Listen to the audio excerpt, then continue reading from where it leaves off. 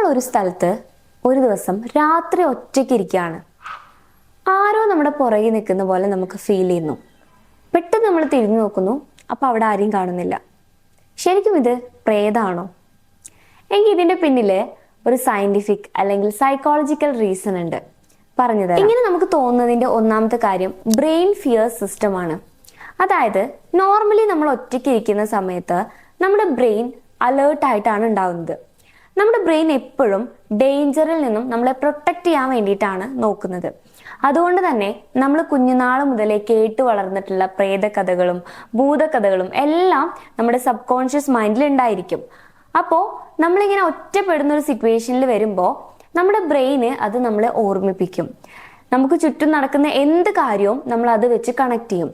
അപ്പൊ ആ സമയത്ത് നമ്മുടെ ബ്രെയിൻ ഒന്ന് അലേർട്ടായി ഇരിക്കുന്നത് കൊണ്ട് തന്നെ ചുറ്റും കേൾക്കുന്ന ചെറിയ ശബ്ദങ്ങൾ പോലും വേറെ എന്തൊക്കെയോ ശബ്ദങ്ങളായിട്ട് നമുക്ക് ഫീൽ ചെയ്യുകയും നമ്മളെ ഭയപ്പെടുത്തുകയും ചെയ്യുന്നു. രണ്ടാമത്തെ കാര്യം ഹൈ അലേർട്ട് സിസ്റ്റം ആണ്. അതായത് ഈ ഒരു സമയത്ത് നമ്മൾ ഒരുപാട് സ്ട്രെസ്ഡ് ആയിട്ടിരിക്കും, അതുപോലെ നമുക്ക് ആങ്സൈറ്റി ഉണ്ടായിരിക്കും.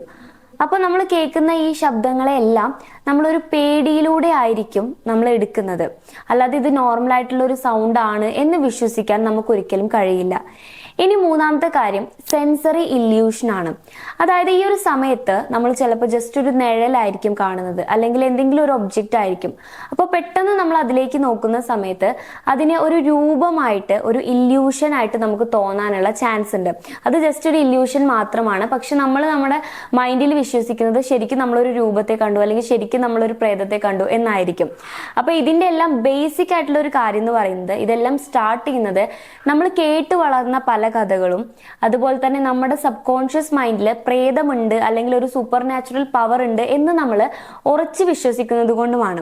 സോ ഇങ്ങനെയുള്ള ഇൻസിഡൻസ് നിങ്ങളുടെ ലൈഫിൽ ഉണ്ടാകുമ്പോൾ നിങ്ങൾ ഒരിക്കലും പാനിക് ആവരുത്. ഇത് ജസ്റ്റ് സയന്റിഫിക്കലി സൈക്കോളജിക്കലി ഇതിനൊരു റീസൺ ഉണ്ട്. നിങ്ങളുടെ ലൈഫിൽ നിങ്ങൾക്ക് എപ്പോഴെങ്കിലും ഇത്തരത്തിൽ എന്തെങ്കിലും ഇൻസിഡന്റ് എക്സ്പീരിയൻസ് ചെയ്തിട്ടുണ്ടോ? ഉണ്ടെങ്കിൽ ജസ്റ്റ് കമന്റ് ബോക്സിൽ ഒന്ന് കമന്റ് ചെയ്തോളൂ.